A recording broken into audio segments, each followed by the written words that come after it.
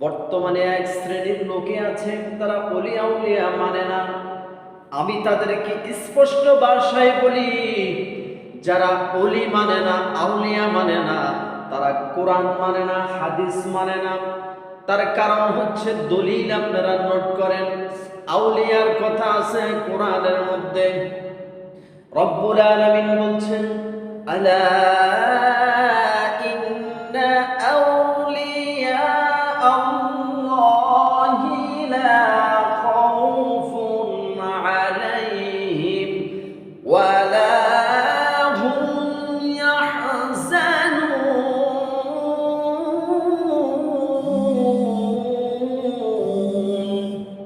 আউলিয়ার কথা আছে কোরআনে। আমার আল্লাহ তাআলা বলেন, আমার ওলিদের কোনো ভয় নাই, আমার ওলিদের কোনো চিন্তা নাই। আল্লাহু আকবার।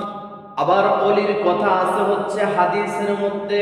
রাসূল করিম সাল্লাল্লাহু আলাইহি ওয়াসাল্লাম আমার নবীজি তার পবিত্র জবান মুবারকে বলেন, মান আদালি ওয়ালিয়ান ফাকাদ আযানতুহু বিল হারব।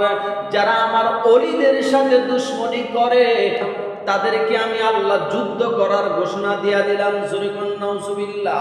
এখন আপনারা যারা ওলি মানেন না, তারা আমার আল্লাহর সাথে যুদ্ধ করার জন্য রেডি হয়ে যান। আল্লাহ বলে, দুই শ্রেণীর লোকদের সাথে আমি আল্লাহ যুদ্ধ করার জন্য রেডি। এক দল হচ্ছে যারা সুদ খায়, সুদ খাইলে নামাজ পড়লে নামাজ হবে না, সুদ খাইয়া রোজা রাখলে রোজা হবে না, সুদ খাইয়া যাকাত দিলে যাকাত হবে না।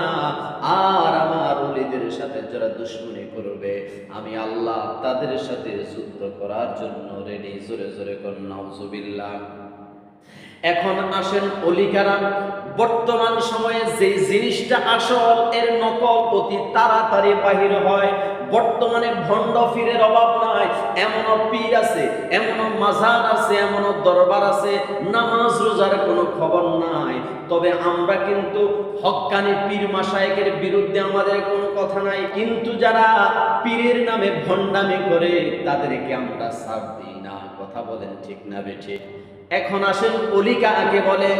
বুখারী শরীফ আপনি খুলে দেখেন, যারা মূল ডিউটির পাশাপাশি ওভার ডিউটি করে।